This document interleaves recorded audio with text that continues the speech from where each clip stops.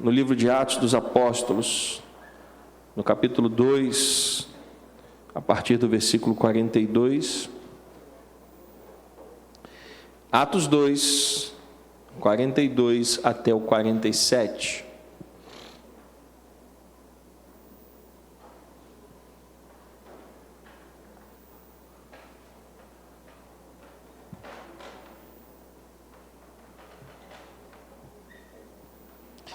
Atos dos Apóstolos, capítulo 2, do 42 ao 47. A palavra do Senhor diz assim: e perseveravam na doutrina dos apóstolos e na comunhão, no partir do pão e nas orações. Em cada alma havia temor, e muitos prodígios e sinais eram feitos por meio dos apóstolos. Todos os que criam estavam juntos e tinham tudo em comum. Vendiam as suas propriedades e bens, distribuindo entre todos, à medida que alguém tinha necessidade. Diariamente perseveravam unânimes no templo. Partiam pão de casa em casa e tomavam as suas refeições com alegria e singeleza de coração, louvando a Deus e contando com a simpatia de todo o povo. Enquanto isso, o Senhor lhes acrescentava dia a dia os que iam sendo salvos. O Senhor nos abençoa através da Tua palavra, Senhor, nesta manhã. Anula a minha carne, Pai, para que eu não fale de mim, mas que eu fale apenas aquilo que o Senhor me mandou dizer.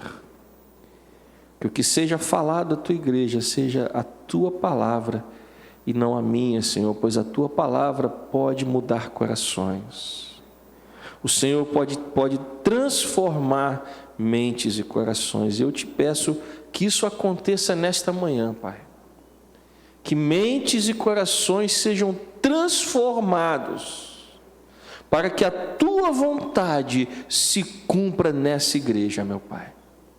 Queremos entregar tudo em Tuas mãos, em nome de Jesus, e que o povo do Senhor diga amém. Irmãos, hoje nós vamos começar uma nova série de mensagens,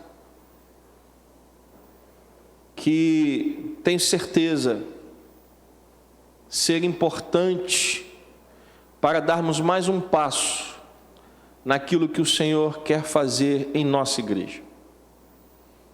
Por isso, a sua atenção é muito importante, pois nós temos convicção de que o Senhor está nos conduzindo em uma direção. E nesta série de mensagens que vamos fazer a partir de hoje, nós vamos falar sobre o método de Jesus para fazer discípulos.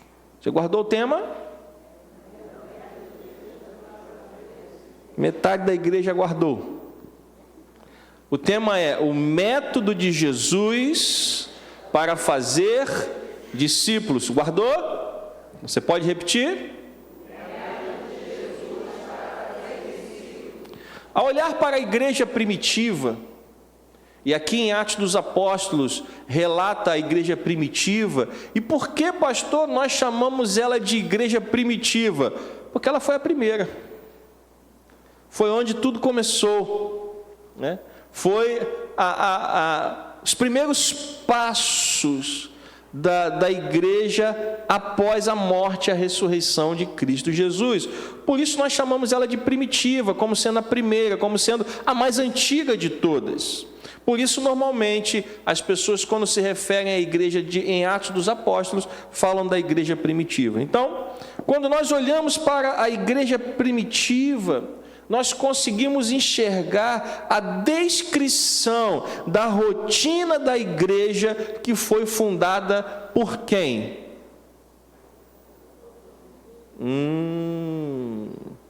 Quem foi o fundador da igreja primitiva? Está na dúvida? Foi Pedro? Não? Foi Paulo? Então foi João?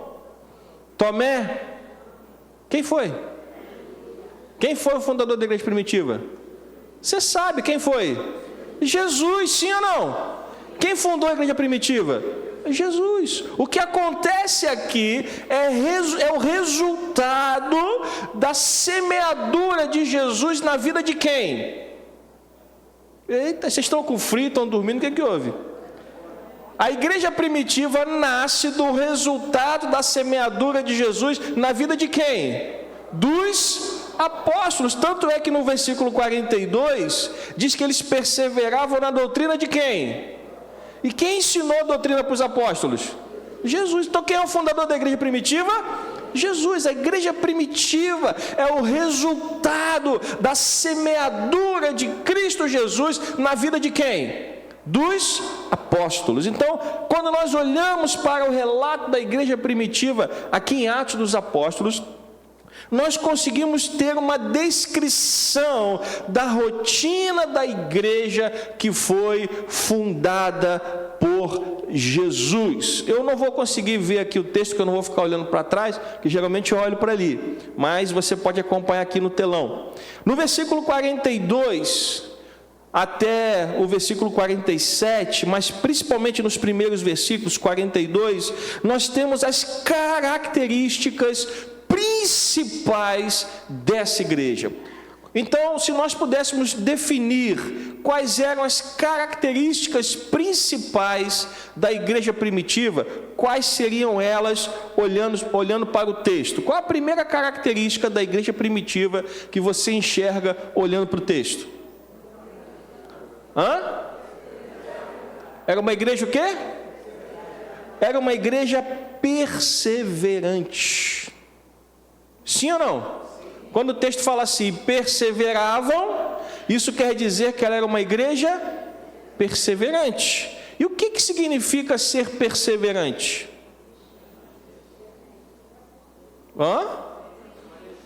Insistir, não desistir, permanecer, continuar, amém?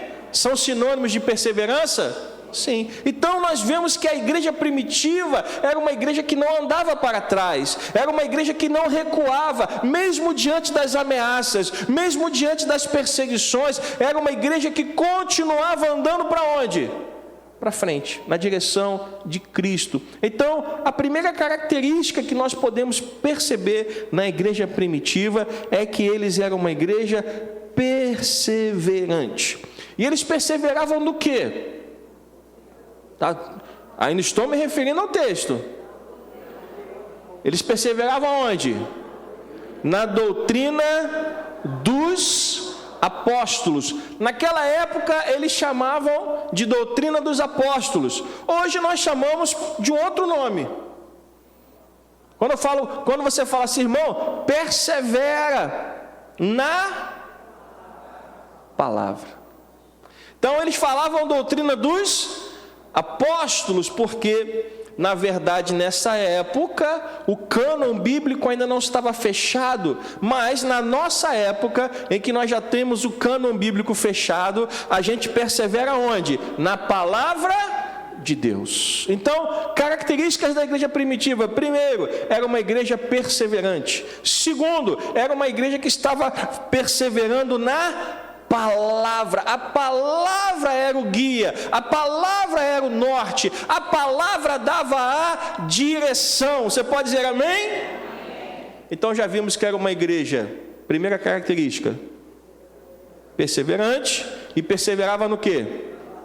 Na palavra, na doutrina dos apóstolos, que na verdade a doutrina dos apóstolos, tanto a doutrina dos apóstolos quanto a palavra de Deus, na verdade, são o que? Os ensinamentos de Jesus. Terceira característica que nós podemos extrair do texto. Está no texto, só seguir. Comunhão.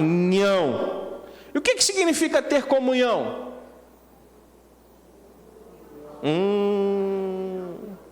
Comunhão é comunhão, pastor. Falei, muito bom. Tostines é fresquinho porque vende mais, ou vende mais porque é fresquinho? Os mais novos não sabem o que é isso, né? Só os mais antigos saberão. O que é comunhão? Comunhão é você ter uma unidade de tal maneira que você não vai permitir nem intrigas, nem divisões. A comunhão do povo de Deus, ela tem que seguir de uma tal maneira que nenhuma intriga e nenhuma divisão vai ter vez no nosso meio. Você pode dar uma glória a Deus? Então a igreja primitiva, ela era marcada por um nível de comunhão tão grande que nenhuma pessoa que entrasse tentando levar algum tipo de intriga e divisão, essa pessoa ia prosperar lá dentro. Por quê? Porque a igreja estava unida. Comunhão é unidade. Então, características dessa igreja: uma igreja perseverante, uma igreja que tinha como fundamento a palavra de Deus e uma igreja que tinha comunhão, andavam unidos, não havia espaço para divisões. Tem mais alguma característica que você consegue perceber no texto? Partir do pão. O que seria partir o pão? Se nós pudéssemos dar uma palavra dos nossos dias, que até as emissoras de TV adoram essa palavra. Falam muito, mas fazem muito pouco. O que é você partir o pão com alguém? Uma palavra que é muito usada aí na mídia: solidariedade. O que é ser solidário a alguém? É ajudá-la nas suas necessidades. Partir o pão, na igreja primitiva, significava dizer que a igreja era uma igreja solidária. Ninguém ficava passando necessidade, porque as pessoas se preocupavam umas com as... Então veja as características da igreja primitiva. Uma igreja, qual é a primeira? Perseverante. A segunda, firme na palavra de Deus. Uma igreja que tinha comunhão, que não permitia intrigas e divisões no seu meio. Uma igreja solidária, que se preocupava em partir o pão para que ninguém passasse o quê? Necessidade. Tem mais alguma característica que você consegue perceber? Orações. O que é oração? Eu vou simplificar para você. Oração é buscar a face de Deus. Você pode ter vários tipos de orações, como a gente já falou aqui, não me lembro se foi semana passada ou semana retrasada. Acho que foi semana retrasada. Falamos sobre súplicas, orações, ações de graça. Mas a oração, na sua essência, é buscar a face de Deus. O povo de Deus, ele é reconhecido por ser o povo que ora, por ser o povo que vai atrás de Deus, por ser o povo que tem fome e sede de Deus. Você pode dar glória a Deus por isso? Então veja quantas características. No versículo 43, tem mais alguma característica aí? Temor. O que é temor? É reconhecer a autoridade de Deus, é saber que o Senhor cuida da igreja, e por causa dessas características, a perseverança, ter a palavra de Deus como firme fundamento, a comunhão, a solidariedade, as orações e o temor, por causa dessas coisas, o que acontecia no meio da igreja? Muitos o quê? Prodígios e sinais eram feitos por meio dos apóstolos. Então veja quantas coisas aconteciam no meio da igreja. A pergunta que eu quero fazer agora é: quando e onde eles faziam tudo isso? Porque vimos que eles eram uma igreja perseverante, vimos que eles eram uma igreja que estava firmada na palavra de Deus, vimos que eles tinham comunhão, vimos que eles tinham solidariedade, vimos que eles tinham orações, vimos que eles tinham temor. Sim ou não? A pergunta agora é: quando que eles faziam tudo isso?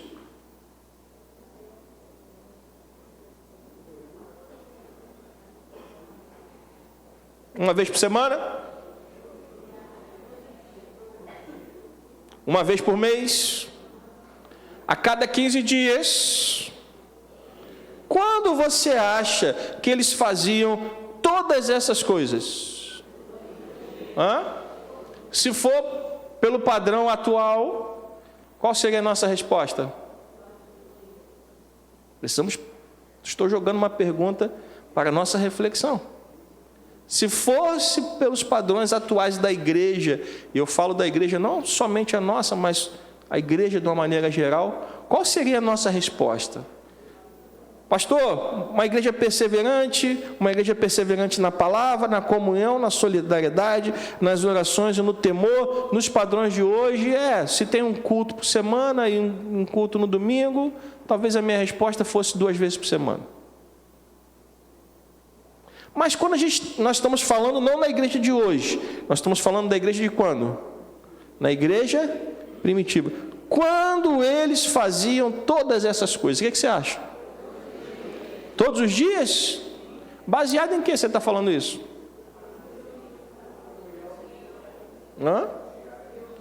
Versículo 46.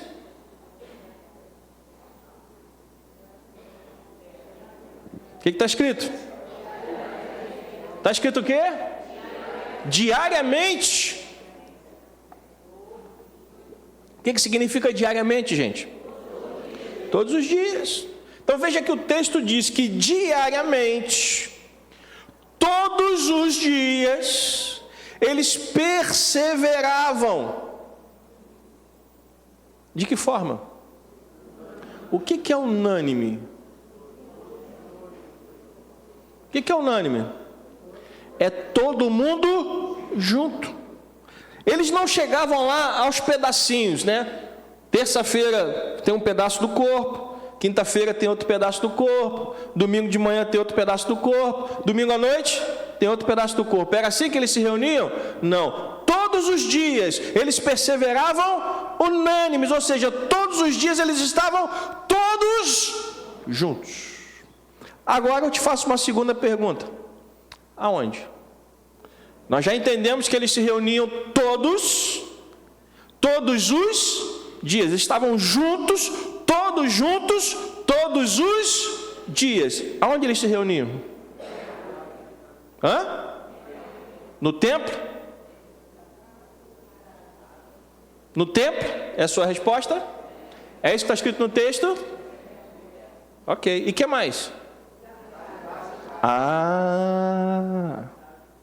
Então o texto nos mostra que quando eles se reuniam diariamente, todos juntos, eles se reuniam normalmente em 2 lugares.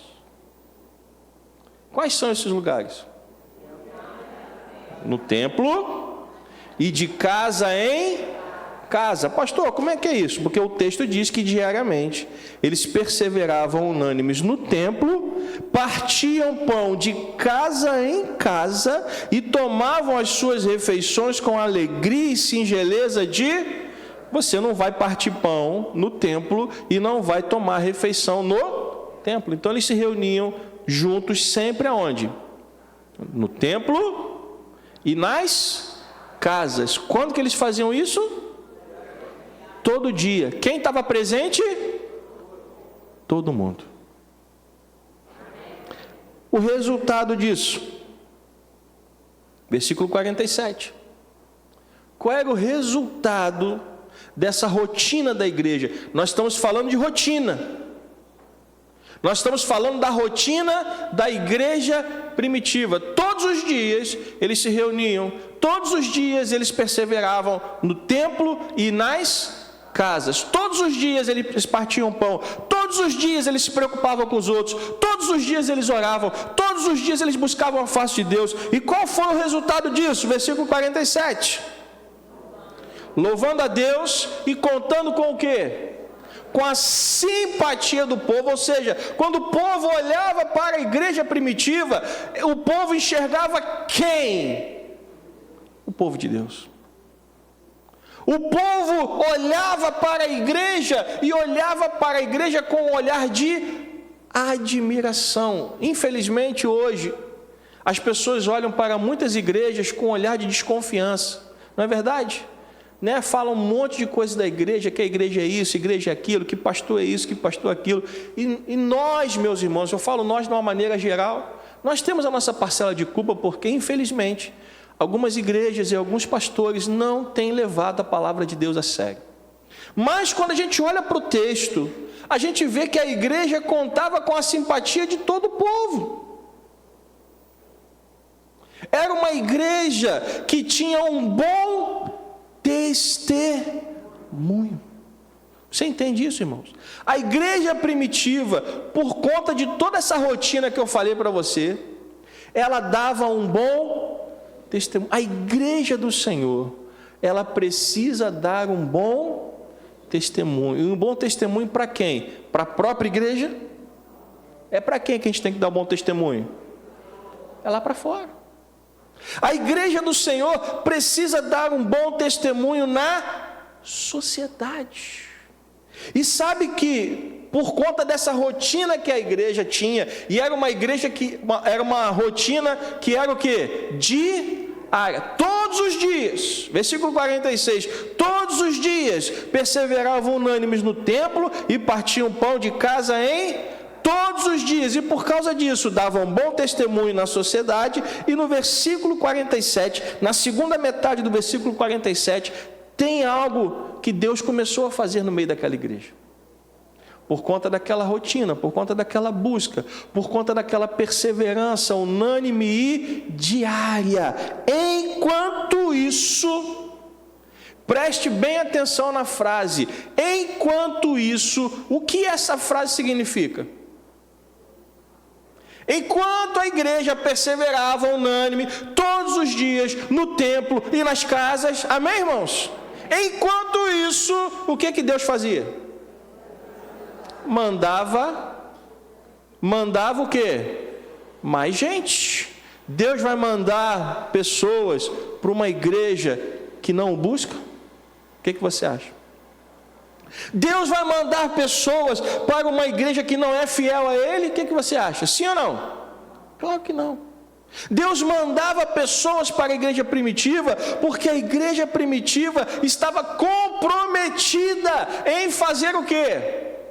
A vontade de Deus, todos os dias, todos os dias. Você pode dar uma glória a Deus por isso? Então a igreja dava um bom testemunho, e a igreja alcançava pessoas. A igreja alcançava pessoas, está escrito aqui no texto.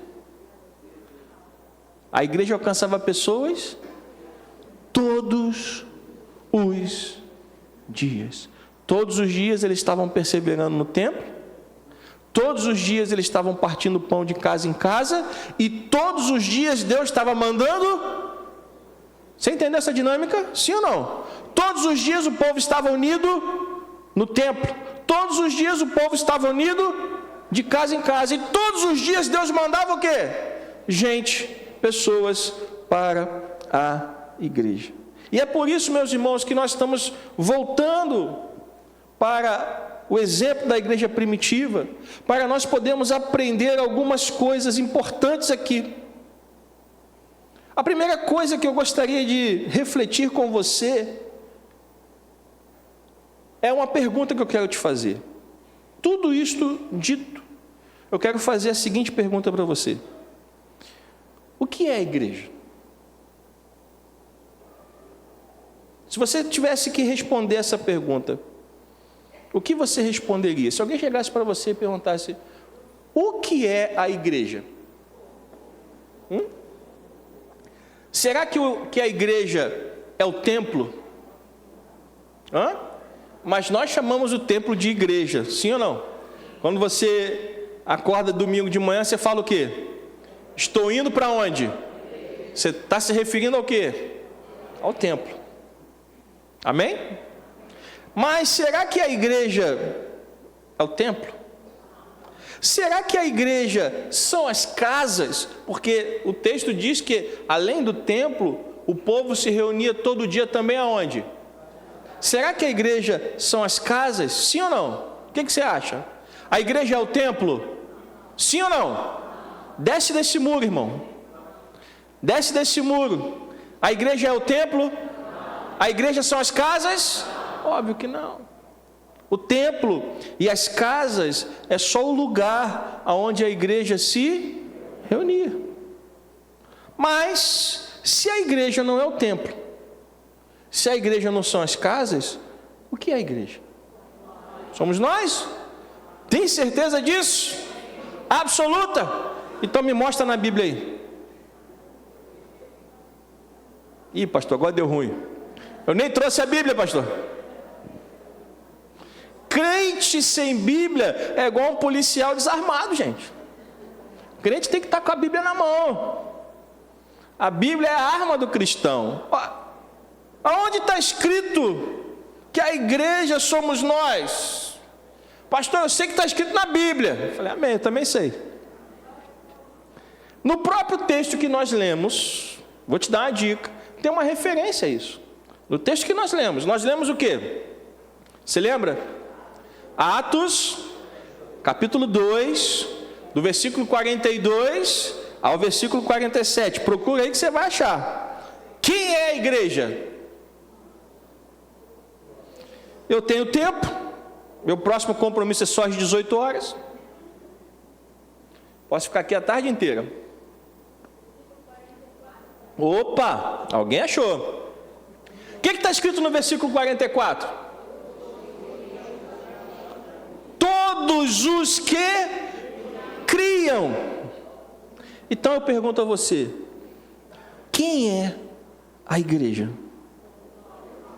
A igreja, ela é composta por pessoas que creem em Jesus.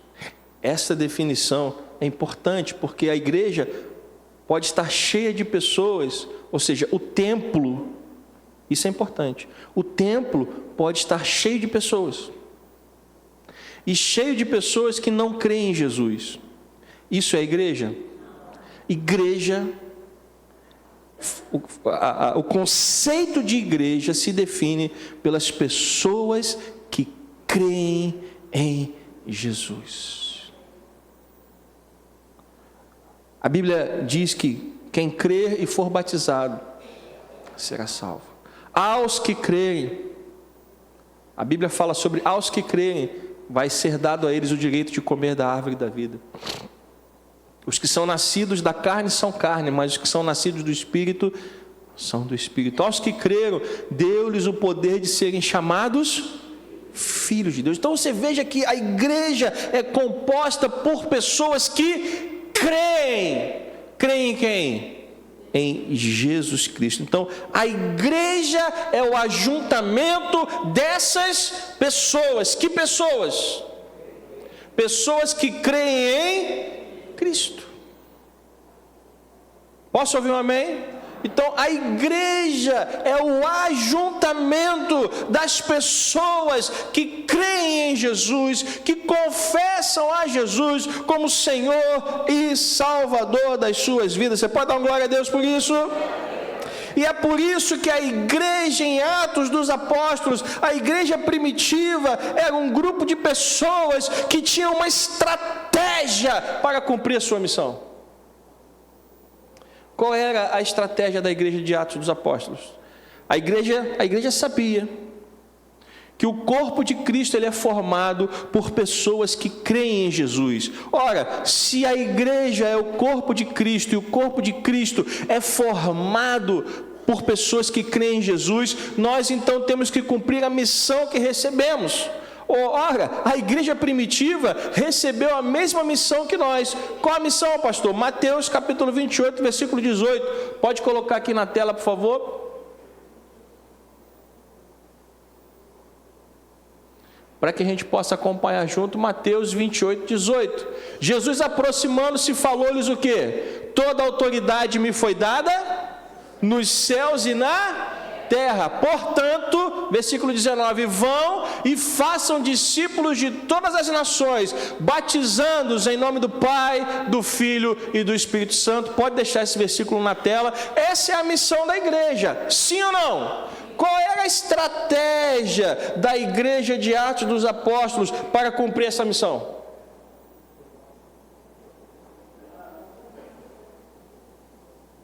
Esta é a missão da igreja, sim ou não? Se essa é a missão da igreja, é a missão de quem? É a nossa missão. Nós temos que ir, vão, e fazer o quê? Discípulos de todas as nações, batizando-os em nome do Pai, do Filho e do Espírito Santo. Jesus mandou fazer, mas Jesus aqui não disse como. Jesus mandou fazer, sim ou não? Mas ele disse aqui como? Ele disse não, vão e façam. Qual era a estratégia da igreja primitiva para cumprir essa missão? Já falamos aqui. A igreja primitiva usava uma estratégia para cumprir essa missão. Qual era a estratégia da igreja primitiva? Eles se reuniam todos os dias. Aonde? No templo e nas casas. E todos os dias o Senhor ia mandando mais gente. Ora, então a igreja primitiva tinha uma estratégia para cumprir a missão? Sim ou não? Qual era a estratégia? Se reunir todos os dias aonde? No templo e nas casas. Essa era a estratégia, sim ou não? Com quem eles aprenderam isso? Jesus? Jesus se reunia todos os dias no templo e nas casas? Peguei você, hein?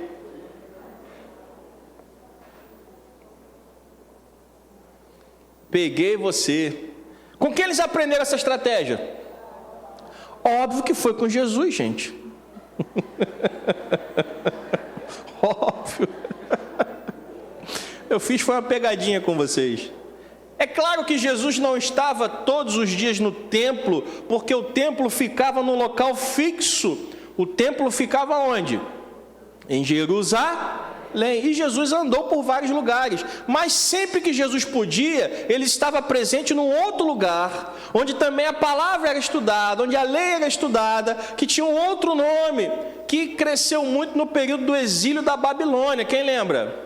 Sinagoga. As sinagogas foram criadas no período da Babilônia, onde o povo foi levado cativo, e lá na Babilônia tinha templo? Tinha ou não? O templo ficou onde? Em Jerusalém. E lá na Babilônia eles criaram as sinagogas, eram casas que eram preparadas para estudar a lei. E você vai ver no Evangelho Jesus quase sempre entrando aonde? Em sinagogas. Então Jesus sempre estava ou andando com as pessoas, ou estava dentro da sinagoga, ou estava na casa de alguém. E Jesus usava a mesma estratégia. Ele só não tinha condições de estar no templo todos os dias, porque ele não ficava em Jerusalém. Mas a igreja primitiva, ela ficava onde? Em Jerusalém. Então todos os dias eles estavam onde? No templo e nas casas. Jesus usava a mesma estratégia. Todos os dias, ou ele estava no meio do povo, ou ele estava na sinagoga, ou ele estava na casa de alguém. Posso ouvir um amém? Então, a igreja primitiva aprendeu essa estratégia com Jesus. E tudo começou com o quê? Como Jesus começou essa estratégia? Como foi o início da igreja primitiva? Jesus começou com quantas pessoas? Meu Deus, já esqueceram. Jesus começou com quantas pessoas? Jesus começou com um pequeno grupo. Lucas capítulo 6, versículo 12 e 13, pode colocar na tela, por favor. Veja com quem a igreja aprendeu isso. Em Lucas capítulo 6, versículo 12, a Bíblia diz que naqueles dias, Jesus fez o quê? Jesus se retirou para o monte a fim de fazer o quê, gente? De orar. E ele passou quanto tempo lá orando? Passou a noite toda. E quando ele acabou de orar, quando amanheceu, o que ele fez? Versículo 13, o que ele fez? Chamou a si os seus discípulos, e dentre os discípulos ele escolheu quem? 12 dentre eles, aos quais Deus deu também o nome de apóstolos. Ora, Jesus veio a este mundo para trazer o reino de Deus e pregar as boas novas da salvação. Jesus sabia que tinha um tempo limitado, sim ou não? Ele veio e ele sabia que ao final daquele período de 3 anos e meio, ele iria para a cruz, ele iria ser sacrificado na cruz do Calvário. Ora, para poder cumprir a sua missão, ele precisava preparar pessoas que dessem continuidade à obra que ele havia começado, sim ou não? Então ele foi para o monte, ele foi orar, ele foi buscar direção, e quando ele desceu, quando ele volta do monte, ele pega os seus discípulos, escolhe 12 e começa a ensinar esses 12, para que depois esses 12 dessem continuidade à obra que ele tinha começado. Você pode dizer glória a Deus por isso? Jesus queria alcançar multidões, mas antes de alcançar as multidões, ele precisava alcançar o coração de quem? De um pequeno grupo. Antes de alcançar as multidões, ele precisava alcançar o coração de quem? De um pequeno grupo. E quem era o pequeno grupo? Os 12. Os 12 apóstolos que ele havia escolhido. E esses homens foram escolhidos para aprender com ele. Esses 12 homens andaram com ele. Esses 12 homens foram instruídos para multiplicar a sua mensagem. Jesus, ele queria alcançar multidões, e isto pode ser dito, porque você vai ver mais à frente, ele falando para grandes multidões. O próprio texto vai nos mostrar que não foram uma nem duas vezes as oportunidades que Jesus estava cercado por uma grande multidão. Os evangelhos relatam isso. Mas antes de alcançar a grande multidão, ele precisava que o seu evangelho fosse aprendido por um pequeno grupo. E depois de orar a noite inteira, ele recebeu a resposta do Pai. Ele montou um pequeno grupo, ele levantou um pequeno grupo. E o que ele fez com esse pequeno grupo? O que ele fez com os apóstolos? Andou com eles, sim ou não? Para onde Jesus ia, quem é que estava atrás dele? Apóstolo. Se Jesus ia para a direita, os apóstolos iam para a direita. Se Jesus ia para a esquerda, os apóstolos iam para a esquerda. Se Jesus parava, os apóstolos paravam. Se Jesus andava, ou seja, ele chamou 12 homens, e esses 12 homens começaram a andar com ele o tempo todo. A segunda coisa que Jesus fez com esses 12 homens foi cuidar deles. Esses homens eram o alvo do cuidado de Cristo. Jesus cuidava deles de uma maneira especial. A cada momento, a cada tropeço, a cada falha, Jesus se preocupava em cuidar deles. Jesus se preocupava em tratar deles. Imagino Jesus, a cada momento chegava um para relatar um problema ou para resolver um problema, e Jesus, com toda a paciência do mundo, ele tentava trazer aquela pessoa de volta. Eu lembro do texto em que fala que Pedro chega para ele e fala: mestre, até quantas vezes eu devo perdoar alguém que me ofendeu? Até 7. Ele falou: não, Pedro, até 70 vezes 7. Quando Jesus estava sendo preso, que um deles pegou a espada do soldado e cortou a sua orelha, Jesus disse: não, guarde a espada, nós não somos daqueles que pegam em armas. Ou seja, Jesus, além de andar com eles, Jesus cuidava deles. Quando Pedro foi cobrado por imposto, para pagar imposto, senão ele poderia até ser preso, Jesus mandou que ele fosse lá pescar um peixe e pegar as moedas e pagar o imposto deles. Ou seja, Jesus andou com eles, Jesus cuidou deles o tempo todo. Tudo começou com esse pequeno grupo. Mas teve uma outra coisa que Jesus fez também com eles. Jesus os ensinou. Jesus andou com eles, Jesus cuidou deles, e Jesus os ensinou. A cada passo, a cada coisa que eles encontravam no caminho, Jesus aproveitava a oportunidade para ensiná-los. qualquer coisa no caminho. Era uma oportunidade de aprendizado. Jesus não perdia nenhuma oportunidade. A todo momento, aqueles homens eram ensinados.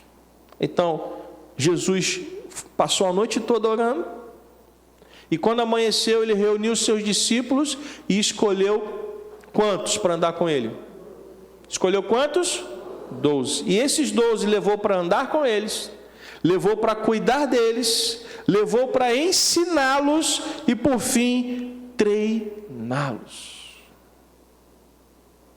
Meus irmãos, sem treinamento, ninguém vai poder fazer a obra. Jesus, depois de ensiná-los, Jesus os lançou numa missão de treinamento. Olha, eu vou dar a vocês poder e autoridade, e vocês vão colocar em prática tudo aquilo que eu ensinei a vocês. Aquilo foi um treinamento. Porque eles foram, mas eles voltaram. Ainda não era a ida definitiva. Aquilo era um treinamento, fazia parte do treinamento. Então, para alcançar as multidões, Jesus começou primeiro com quem? Com um pequeno grupo. Meus irmãos, se nós queremos alcançar pessoas para Cristo, se nós queremos avançar no reino, se nós queremos ver a nossa família toda salva na presença de Deus, e eu quero e creio que você também queira, amém? Sim ou não? Se nós quisermos ver a nossa casa na presença de Deus, se nós quisermos ver os nossos vizinhos na presença de Deus, se nós quisermos ver o nosso bairro na presença de Deus, se nós quisermos ver a nossa cidade na presença de Deus, nós precisamos aprender com Jesus e com a igreja primitiva. Precisamos entender que antes das multidões, nós precisamos alcançar primeiro as pessoas que estão perto.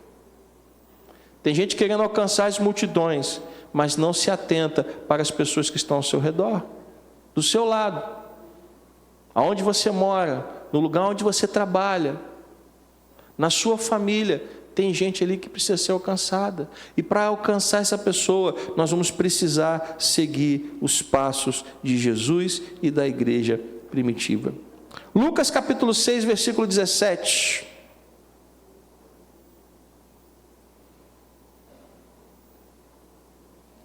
Depois de passar uma noite inteira orando, depois de reunir os seus discípulos e chamar 12, depois de andar com eles, de cuidar deles, de ensiná-los e de treiná-los, veja o que o texto diz: e descendo com eles da onde? Do monte. Jesus parou num lugar plano, onde se encontravam quem? Os seus discípulos, que não eram poucos. Aqui o Lucas, ele era extremamente detalhista nos seus relatos. Então, Lucas escreve que descendo com eles do monte, Jesus parou no lugar onde se encontravam quem? Primeiro, muitos discípulos. Ou seja, no texto que nós lemos antes, em Lucas 6, no verso 12 e no verso 13, nós ainda estamos no capítulo 6 de Lucas, nos versículos 12 e 13, diz que Jesus primeiro foi orar e reuniu quem? Os discípulos que ele tinha, e chamou dentre os discípulos quantos? 12. Agora no versículo 17, do mesmo capítulo 6, quando Jesus desce novamente do monte, Jesus para num lugar e ali já se encontravam quem? Muitos discípulos. Mas além dos muitos discípulos, tinha também o quê? Uma grande multidão de toda a Judéia, de Jerusalém e do litoral de Tiro e de Sidom. Através do seu pequeno grupo, Jesus pôde garantir a sua mensagem e continuar cuidando das multidões. Para alcançarmos as multidões, precisamos alcançar primeiro o coração dos pequenos grupos, das pessoas que estão ao nosso redor, das pessoas que estão à nossa volta, das pessoas que precisam ouvir a palavra de Deus. Estamos às vezes mirando tão longe, não é verdade, irmãos?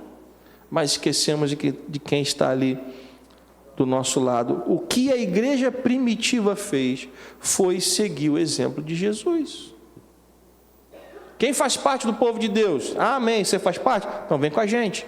Vamos nos reunir no templo. Amanhã, 8 horas da manhã, todo mundo no templo. Todo mundo no templo. E olha que não tinha WhatsApp, hein? Sem WhatsApp, sem internet, sem telefone, 8 horas da manhã, todo mundo no templo. Sem relógio. Que benção. Acabou o encontro no templo, vamos para onde? Hoje vamos para a casa do fulano. Amém. Dia seguinte, amanhã, 8 horas no templo. Acabou a reunião do templo. Hoje vamos para onde? Vamos para a casa do Beltrano. E com isso a igreja começou a alcançar as pessoas. A igreja começou a cumprir a sua missão. Mateus capítulo 28, versículo 19. Vão e façam discípulos. O que a igreja fez foi seguir o exemplo de Cristo. Jesus chamou um pequeno grupo e começou a andar com eles. E em pouco tempo Jesus estava cuidando de quem? De multidões. A igreja primitiva começou um pequeno grupo. Quantas pessoas estavam reunidas lá no dia de Pentecostes? Quem lembra? Quantas pessoas estavam reunidas lá no dia de Pentecostes, quando o Espírito Santo foi derramado? Aproximadamente 120 pessoas. O grupo de 12, agora já tinha virado quantos? 120. E depois, quando o Espírito Santo é derramado, que as pessoas que estavam ali para a festa do Pentecostes começam a ouvir aquelas 120 pessoas glorificando a Deus nas suas próprias línguas, e alguns ficam espantados, maravilhados, mas alguns começaram a criticar e debochar, dizendo que aquelas pessoas estavam bêbadas àquela hora do dia. De repente Pedro se levanta, cheio do Espírito Santo, e começa a pregar o Evangelho, e 3.000 pessoas são acrescentadas aquele dia à igreja. Porque o poder não é nosso, meus irmãos, o poder pertence ao Senhor Jesus. Você pode dar glória a Deus por isso? Mas a igreja precisa cumprir a sua missão, e a metodologia está exposta na palavra, todos os dias, no templo e nas casas. E a igreja primitiva só seguiu isso. Jesus todos os dias estava no meio do povo, ou estava andando no caminho, ou estava na sinagoga, ou estava na casa de alguém. E a igreja aprendeu esse padrão. Atos capítulo 5, versículo 42. Estávamos em Atos 2. Amém? Atos 2, 42. Agora vamos para Atos 5, 42. O que está escrito? E todos os dias. Aonde? No templo, e de casa em casa, aleluia, não cessavam de fazer o que, meus irmãos?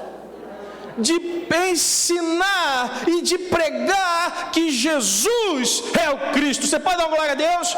Todos os dias. Todos os dias. Atos 2, 42. Agora estamos em Atos, então não foi só um dia, a igreja continuou fazendo aquilo. O tempo passou e a igreja continuou fazendo o quê? Se reunindo todos os dias. Atos 20, 20.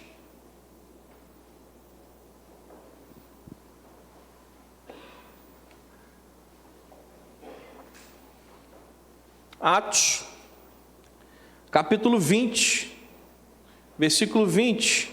Ainda estamos falando da igreja primitiva.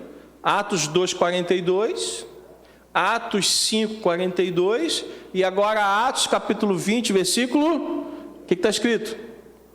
Vocês sabem que jamais deixei de anunciar o que fosse proveitoso e de ensinar isso a vocês. De que forma? Publicamente e de casa em... Então, como é que a igreja transmitia a palavra? No templo e nas casas. publicamente e de casa em casa. Sabe quais foram, melhor dizendo, os desdobramentos disso? A igreja primitiva, ela começa em, quem lembra que eu falei? Jerusalém. A igreja começa ali. E todos os dias eles se reuniam no templo e nas casas. E vimos isso em Atos 2:42, em Atos 5:42, em Atos 20:20. Sabe quais foram os desdobramentos disso? As igrejas que foram sendo fundadas. Romanos capítulo 16, verso 3, a igreja em Roma. Vamos ler o versículo 3, o versículo 5 e o versículo 10. Versículo 3. Saúdem quem? Priscila e Áquila, meus cooperadores em Cristo Jesus. Versículo 5. Saúdem igualmente quem? A igreja que se reúne aonde? Na casa deles. Na casa de quem? De Priscila e Áquila. Saúdem meu querido Epênetro, primeiro fruto da fé em Cristo na província da Ásia. Versículo 10. Saúdem Apeles, aprovado em Cristo. Saúdem os da casa de Aristóbulo. Veja que o padrão que a igreja primitiva aprendeu com quem? Já esqueceu? A igreja primitiva aprendeu com quem? Com Jesus. Jesus, antes de alcançar as multidões, ele foi alcançar o quê? Um pequeno grupo primeiro. Esse padrão foi aprendido e repetido por quem? Pela igreja primitiva, em Atos dos Apóstolos. Atos capítulo 2, versículo 42, Atos 5, 42 e Atos 20, 20. Agora estamos vendo o padrão sendo repetido aonde? Na igreja em Roma. A igreja já estava se reunindo na casa de pessoas. Em Roma tinha templo? Roma tinha templo? Então eles se reuniam aonde? Nas casas. Quando a igreja quer se reunir, e eu quero que você preste atenção nisso, quando a igreja quer se reunir, nada impede a igreja. Se não tem templo, nós vamos para as casas. Se tem templo, nós vamos usar o templo e as casas. Mas se não tem templo, a gente vai usar as casas. E a igreja em Roma não tinha templo, mas tinha o quê? As casas. E a igreja começou a se reunir na casa de Priscila e de Áquila. O mesmo padrão que Jesus começou, que a igreja em Jerusalém aprendeu, agora estava sendo replicado na igreja em Roma. Pastor, mas ficou só em Roma? Não. Colossenses capítulo 4, versículo 15.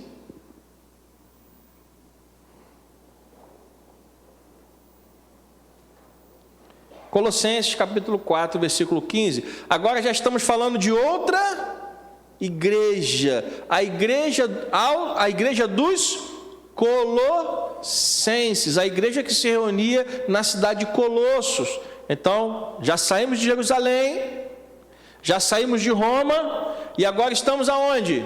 Em Colossos. Saúdem os irmãos de Laodiceia, bem como Ninfa e a igreja que se reúne aonde? Quando a igreja quer se reunir, nada impede a comunhão do povo de Deus. Posso ouvir um amém?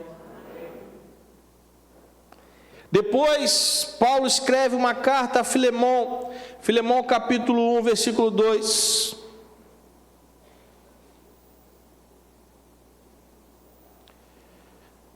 O que está escrito aí? Filemão capítulo 1, versículo 2. A igreja que se reúne aonde? Em sua casa, na casa de Filemão, a irmã Áfia e a Arquipo, nosso companheiro de luta. Você pode dar glória a Deus? Então, meus irmãos, não há impedimento quando a igreja quer avançar. O único impedimento somos nós. Quando o povo de Deus deixa de entender a importância da missão, Quando o povo de Deus para de fazer o que Deus quer, a igreja para. Por quê? Porque a missão, ela é ir. Jesus, mais uma vez, Mateus 28, 19. O que está escrito? Deixa eu botar aqui na tela. O que está escrito? Vão e façam discípulos. A igreja foi? Foi ou não foi?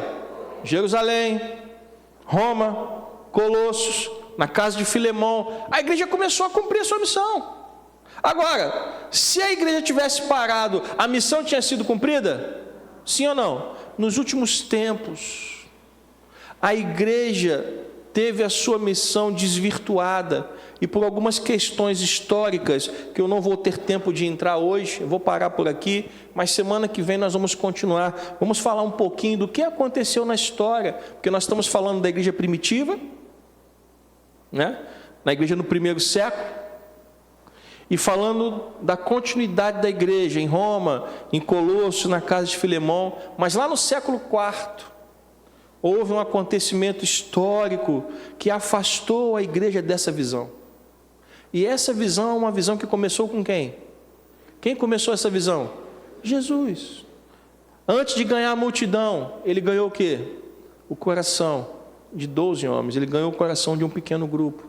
E por causa desses 12 homens, a igreja pôde continuar a sua missão. E nós, meus irmãos, aqui no ano de 2025, nós temos que nos voltar para a Bíblia, nós temos que nos voltar para o modelo que foi deixado pelo próprio Senhor da obra. Se nós abandonarmos o modelo, nós vamos parar de alcançar almas. E nosso maior objetivo, o maior objetivo da igreja tem que ser ir e fazer discípulos. Foi a ordem que nós recebemos. Enquanto nós estamos aqui sentados num lugar bom, um lugar agradável, um lugar refrigerado, com um som agradável, tem gente lá fora, caminhando para o inferno. E a nossa missão é levar o evangelho para eles. É a missão da igreja. A igreja em Jerusalém entendeu e abraçou. As igrejas que vieram depois entenderam e abraçaram, mas aconteceu algo na história que fez com que a igreja parasse no tempo.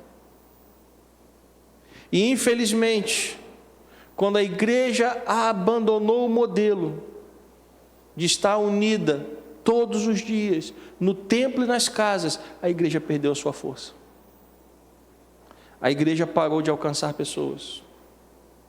E infelizmente hoje, para a tristeza nossa, muitas igrejas hoje estão cheias, mas estão cheias de espectadores. Pessoas que chegam para a igreja, chegam para o culto, mas não entendem aquilo como um culto, entendem aquilo como um show, como um entretenimento, infelizmente. E quando você pergunta sobre a Bíblia, quando você pergunta sobre a palavra, quando você vai medir a profundidade da fé, são pessoas que não conhecem a Jesus. Meus irmãos, nós fomos chamados para conhecermos a Jesus Cristo. A vida cristã, ela é medida pelo conhecimento que nós temos a respeito do Pai.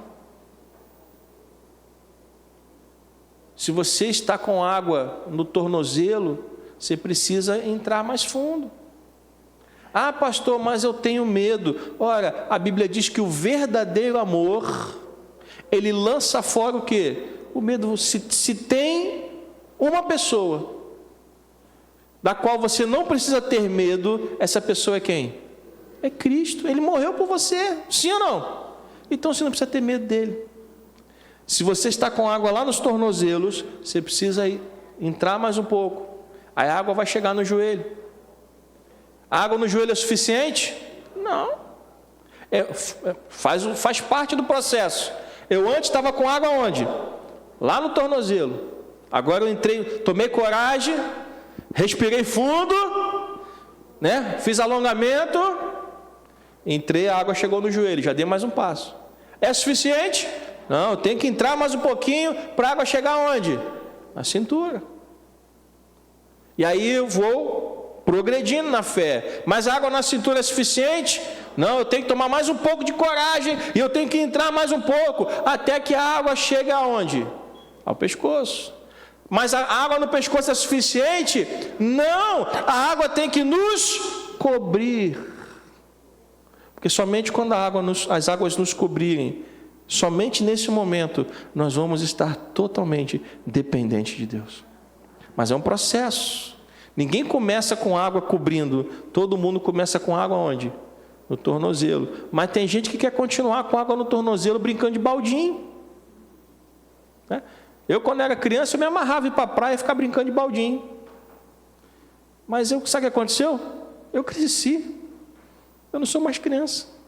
Imagina um homem desse tamanho, barbado, chegar na praia e ficar brincando com baldinho. Se tiver um neto para a gente usar de desculpa, a gente até vai na praia brincar de baldinho.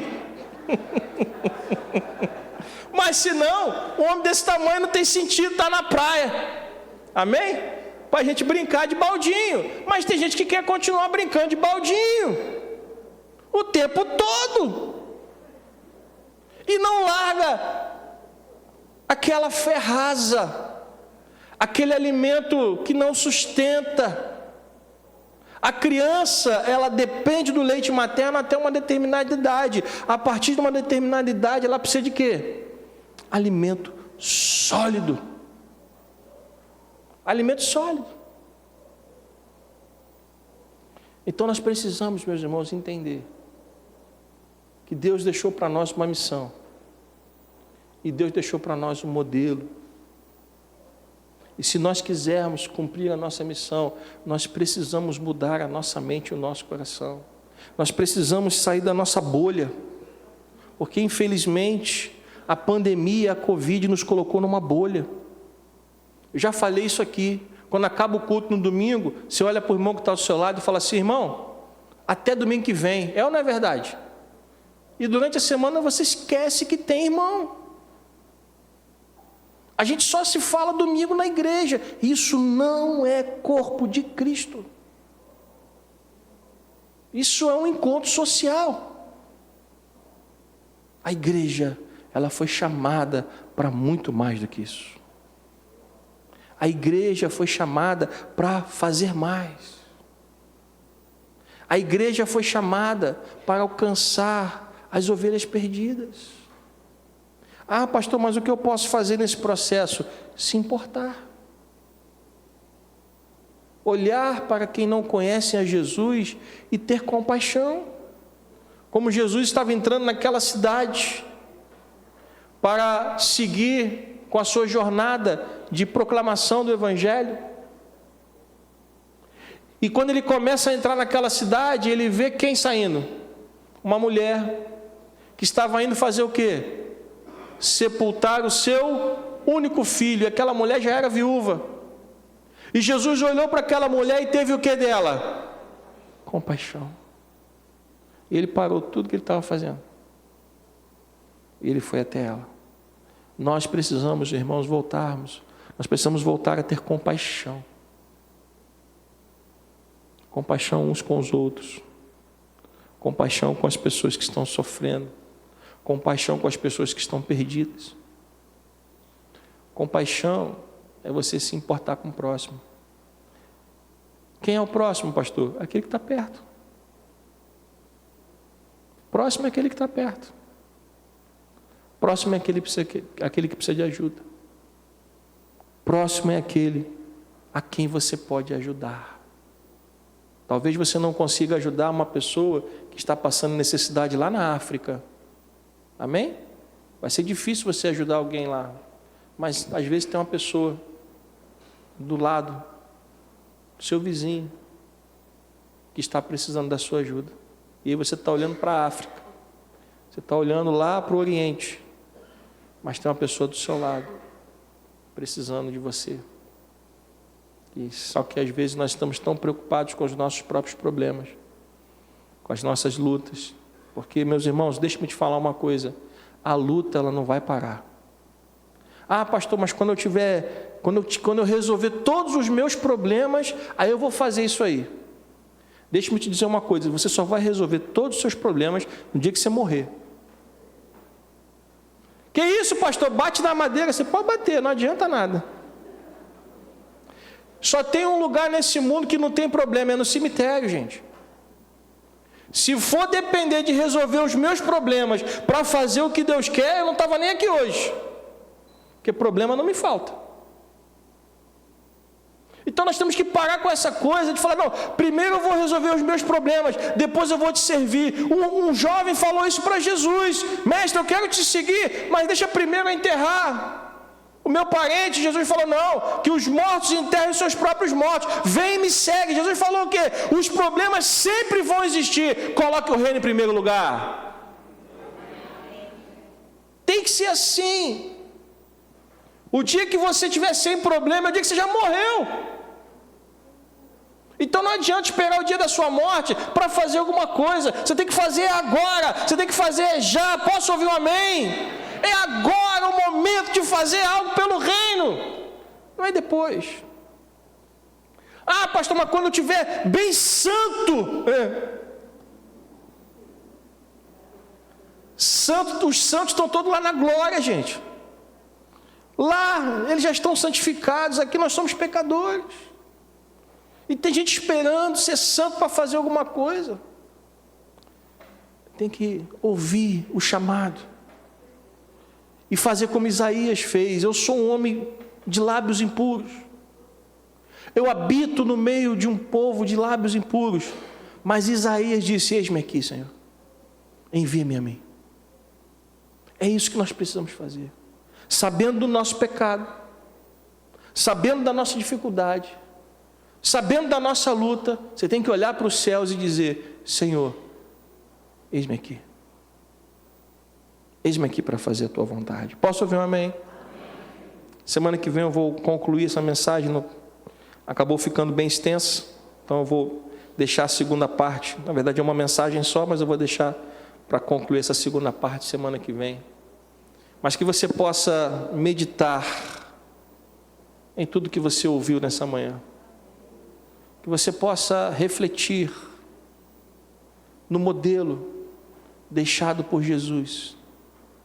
Porque nós vamos caminhar, meus irmãos. Eu não tenho dúvidas. Posso ouvir um amém? Nós vamos caminhar. O Senhor está nos chamando para irmos e fazermos discípulos.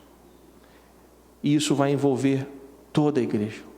Você que está sentado aí no banco, dizendo assim: ah, mas não tem nada para eu fazer, vai ter muito trabalho para você. Porque isso envolve toda a igreja. Amém? Feche seus olhos, curva a sua cabeça. Enquanto isso, os diáconos podem vir, os músicos. Nós vamos servir a Santa Ceia.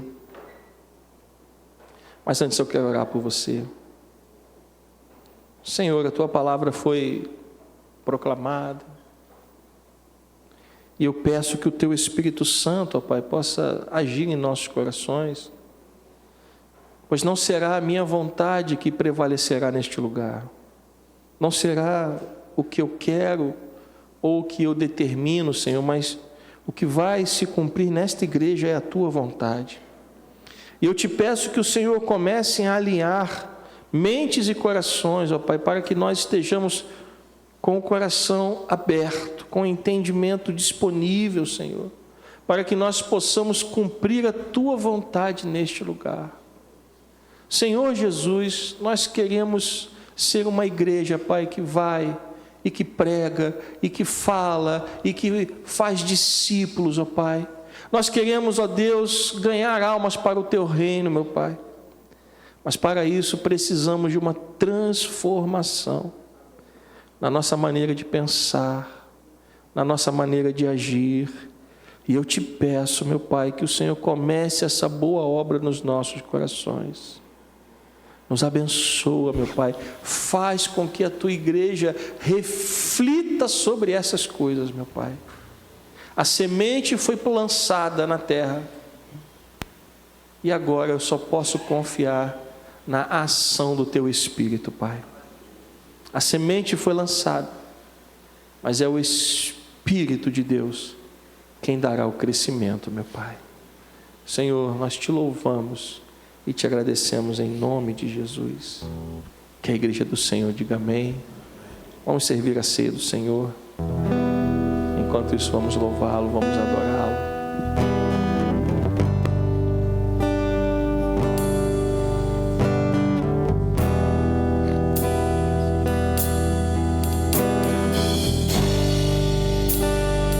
Graças eu te dou,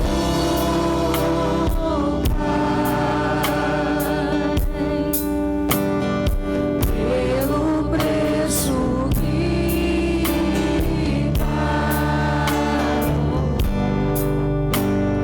sacrifício de amor que me comprou,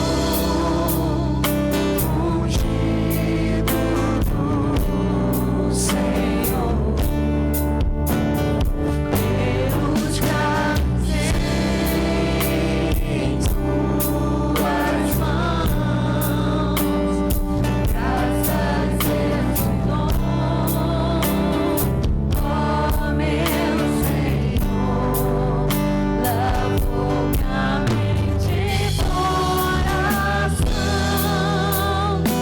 e deu perdão, restaurou minha comunhão.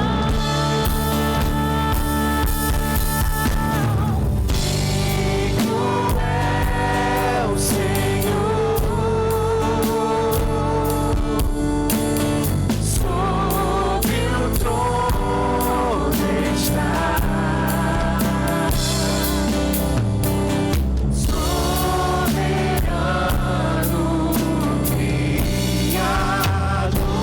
Criador, vou sempre te adorar.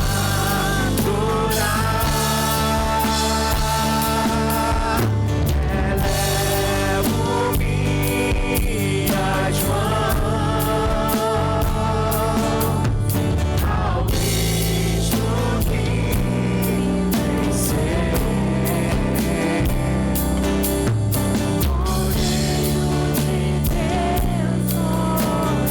venceu, Cordeiro de Deus morreu por mim, mas ressuscitou. Digno é o Senhor. Pelos cravos em suas mãos, graças eu te dou, ó meu Senhor, lavou-me a mente e coração, me deu perdão, restaurou minha comunhão.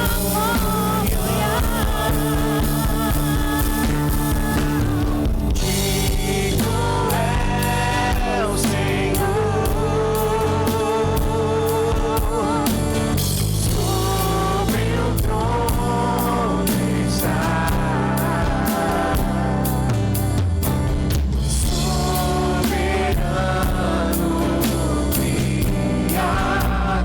Criador, vou sempre te adorar.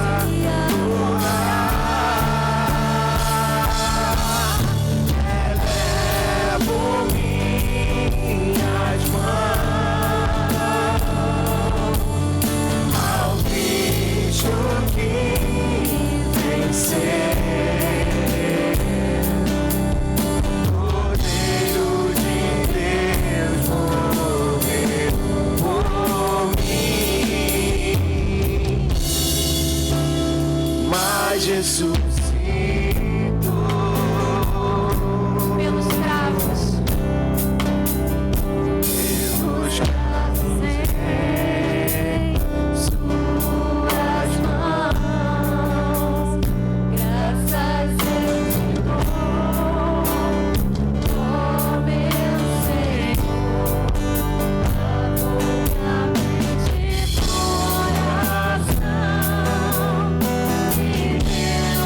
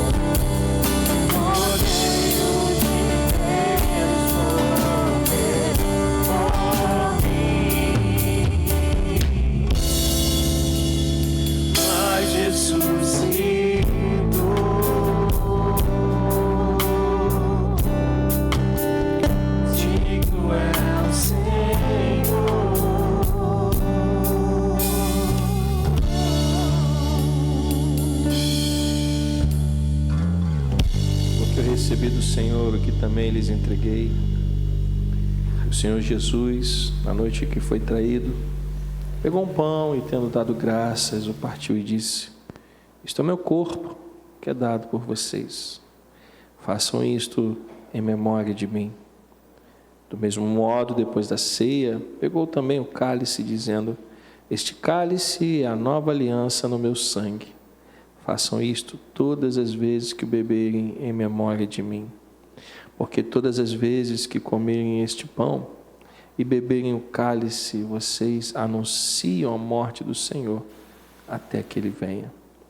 Por isso, aquele que comer o pão ou beber o cálice do Senhor indignamente será réu do corpo e do sangue do Senhor. Que cada um examine a si mesmo, e assim coma do pão e beba do cálice.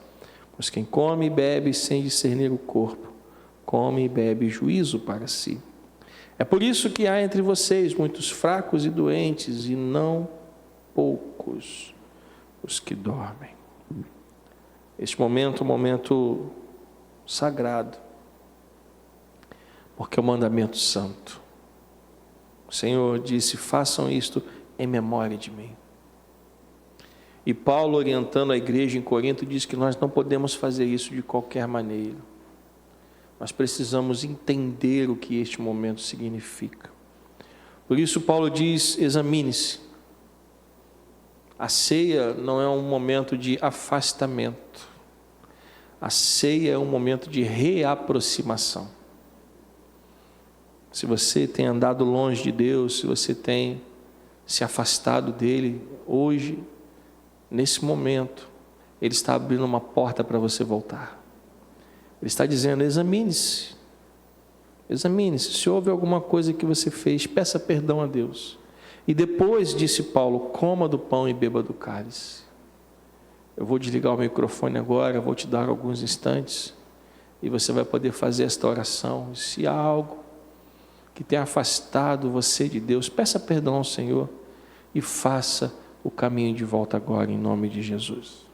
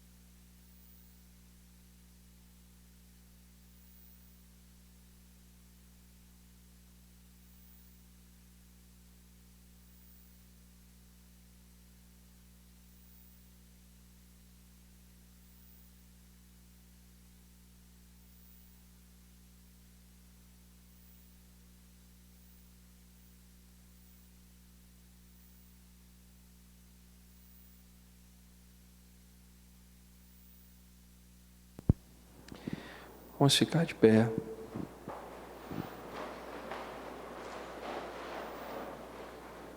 Aleluia. Pai querido, Pai amado, este pão representa o teu corpo. O corpo de Cristo que foi dado em nosso lugar. Por isso, meu Pai, nós queremos te agradecer nesta manhã por este grande sacrifício, por este grande amor que foi demonstrado na cruz. Não há amor maior do que esse, meu Pai. E nós somos gratos por este sacrifício de amor. Por isso, Pai, nessa manhã nós te pedimos, abençoa este pão, para que quando nós viermos a comê-lo, que possamos nos lembrar do sacrifício feito na cruz, que possamos nos lembrar que pelas suas feridas nós fomos sarados, meu Pai. Pai querido, Pai amado, abençoa este pão, em nome do Pai, em nome do Filho e em nome do Espírito Santo de Deus, e que a igreja do Senhor diga amém. Comamos todos do pão em nome de Jesus.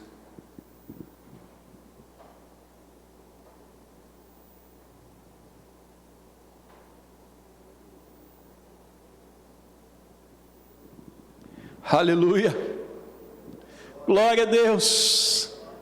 Ori cantaria labachori canaria labatu cantaria rebachoi. Aleluia. Da mesma forma, este cálice é o cálice da nova aliança, que representa o sangue derramado na cruz, que cobre os nossos pecados.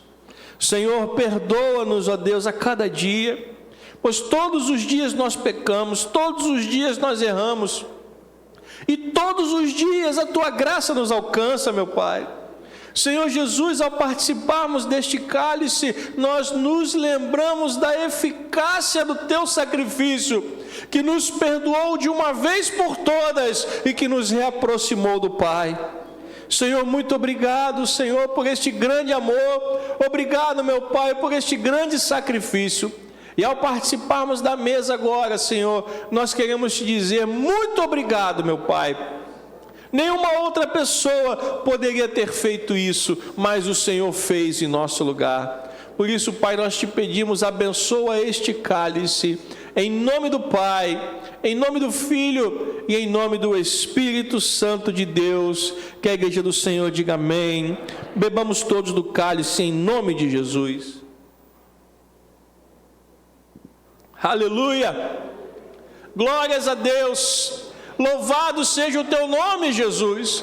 Obrigado por tão grande amor, obrigado pela Tua presença nesta manhã, obrigado, Senhor, pela Tua presença neste lugar. Que o Senhor possa nos abençoar, meu Pai, para que possamos continuar cumprindo a Tua vontade neste lugar. Pai Santo, louvado e bendito seja o Teu nome para todos sempre, e que a igreja do Senhor diga amém.